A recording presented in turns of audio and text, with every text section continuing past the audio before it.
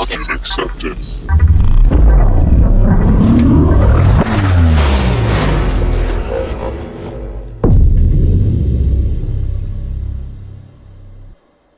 Primero, saludos a todos los que están viendo este segmento, que he recibido muy buenos comentarios, de verdad, de parte de la gente, y créanme que hay un sinnúmero de inquietudes que todas sobre la marcha vamos a ir tratando los temas relacionados.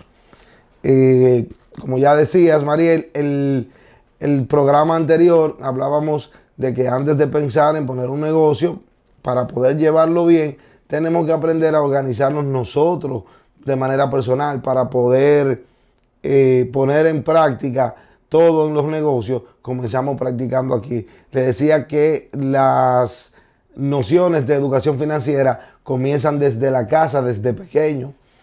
Entonces, hoy vamos a hablar del presupuesto y el control de gastos.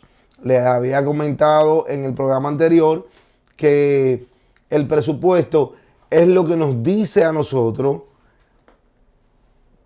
qué gastamos, cuánto ganamos, para poder determinar cuánto ahorramos.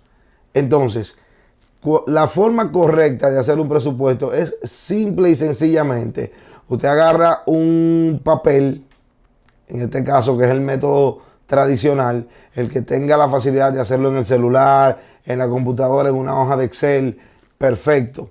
Pero vámonos en el método tradicional, en el papel y un lapicero. Lo primero que usted tiene que poner en ese papel arriba es la palabra ingresos, donde usted va a detallar todas las fuentes de ingresos que usted tiene. Por ejemplo, el salario es el ingreso principal de una persona. Si usted es empleado privado o devenga un salario de una empresa X de la que usted puede ser accionista o lo que sea, usted tiene el salario fijo, es el ingreso principal. Luego tenemos los ingresos adicionales, que casi siempre vienen por chiripas, como dicen popularmente. Las remesas, que tenemos una persona que está fuera del país y constantemente nos hace llegar una cantidad X. Si las remesas no son constantes con el mismo monto, podemos elegir un monto promedio. Al igual que la chiripa, por ejemplo, si usted es pintor, si usted es decorador y chiripea, como dicen, de manera no constante, entonces usted puede elegir un número promedio. Entonces, cuando tenemos nuestros ingresos, determinamos con qué cantidad de dinero contamos para gastar durante el mes. Entonces, ahí entra después la lista de gastos. Tenemos los gastos fijos. Esos gastos fijos son la renta, la luz, el teléfono, el internet, el cable, el gas, el transporte, ya sea que usted pague pasaje para desplazarse hacia el trabajo. También tenemos el combustible, cuando usted tiene un vehículo y tiene que tener control de qué combustible usted consume en sus movimientos habituales. Entonces, ¿qué pasa? Cuando no tenemos dominio de qué es lo que gastamos realmente en temas como el combustible, lo que hacemos es un cálculo promedio de cuánto gastamos en el trayecto del trabajo. Porque a veces echamos 2,000 pesos de combustible el lunes y vamos al trabajo la semana entera. Pero ¿qué pasa? Que el martes, cuando salimos del trabajo, nos vamos a ver la novia. El miércoles nos vamos a jugar baloncesto. El jueves nos vamos a reunir con los amigos. Y siempre tenemos una vuelta diferente, con un destino diferente. Entonces, usted lo que hace es que elige un monto que le cubra la semana y lo aplica como gasto fijo de combustible. En el caso del pasaje, por igual, cuando usted hace diligencias adicionales al trabajo, también toma un promedio de lo que usted gasta moviéndose a los diferentes lugares donde va, aparte de trabajar. Ahora, ¿qué sucede? Cuando tenemos todos los gastos fijos, debemos tratar de recordar el más mínimo gasto que tenemos adicional.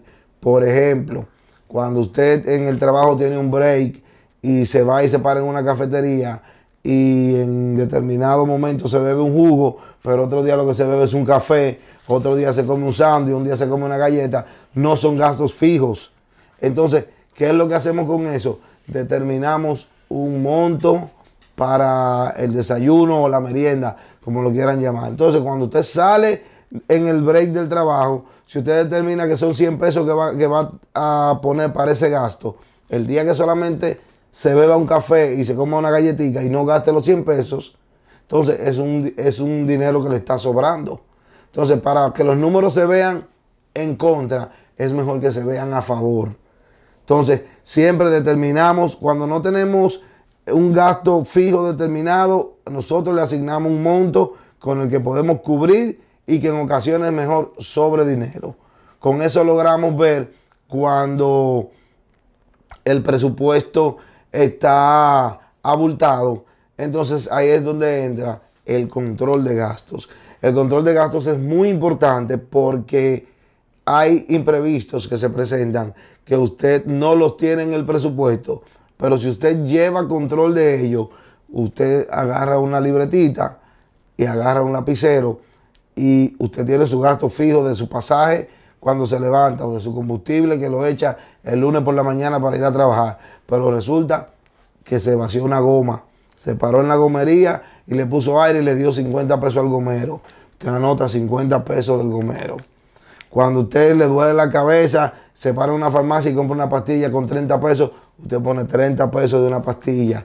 Cuando usted se para en un semáforo, o sea, todo debe ser controlado, porque con eso miramos a final de mes qué gastamos que no tiene sentido. Entonces ahí es donde entra, después que usted tiene un presupuesto bien establecido y usted tiene un control de gasto bien detallado y con mucho seguimiento, entonces entra la revisión para eliminar los gastos innecesarios. Gastamos en muchas cosas que no nos dejan ahorrar o que no nos dejan darnos ciertos privilegios. Entonces, cuando usted agarra su lista y comienza a decir, no debía haber gastado en esto, o gasté mucho en tal cosa, entonces ahí es donde entra la reducción de gastos. Tú te pones meta y tú dices, ya, en esto no voy a gastar más, en esto voy a gastar menos, esto tengo que seguirlo haciendo por la razón que sea. Entonces ahí es donde comienza a desahogarse el presupuesto. ¿Qué es lo que queremos lograr con el presupuesto? Saber, para lograr una mejor estabilidad financiera, qué cantidad de dinero debemos perseguir, porque la estabilidad financiera tiene diferentes niveles. Entonces nosotros tenemos que perseguir la cantidad que nos permite estar en el nivel 1. No podemos querer llegar al nivel 5. Tenemos que ir, mi presupuesto me permite sobrevivir y no puedo ahorrar.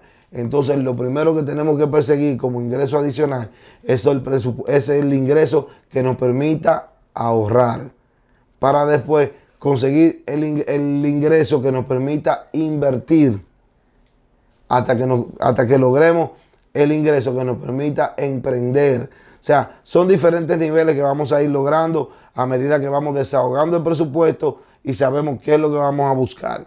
Entonces, vamos a repetir: ingresos, gastos, para saber cómo anda todo, y el control de gastos para que a final de mes, con la revisión, eliminemos los gastos que no debimos haber hecho en el mes.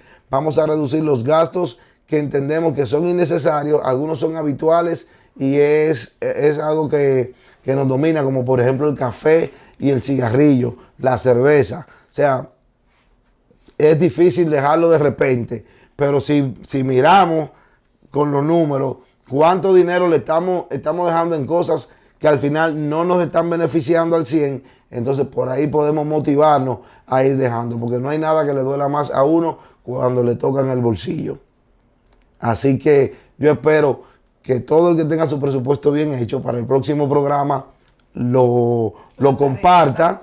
Exacto, comparta su presupuesto. Vamos a mirar a partir del día 1 cómo vamos a llevar nuestro control de gastos. Vamos a mirar si el próximo 30 del mes siguiente, entonces miramos quién nos comparte su control de gastos para ayudarle a analizar su control de gastos y hacerle sugerencias de cosas que usted puede también cambiar. Porque al final, para cerrar aquí, hay gente que gasta 150 pesos diarios en un desayuno, que puede hacerlo por la mañana en su casa con 50 pesos, lo hace en la mañana, se lo lleva al trabajo y se está ahorrando 100 pesos. Cuando tú te ahorras 100 pesos diarios, de lunes a viernes te estás ahorrando 500 pesos. Entonces, eso es lo que tenemos que aprender a ver, el ahorro en función de volumen. El peso de hoy es el complemento de los 100 pesos de mañana. Así que hacer un buen presupuesto, a definir bien un control de gastos, a darle seguimiento para eliminar los gastos innecesarios. Login accepted.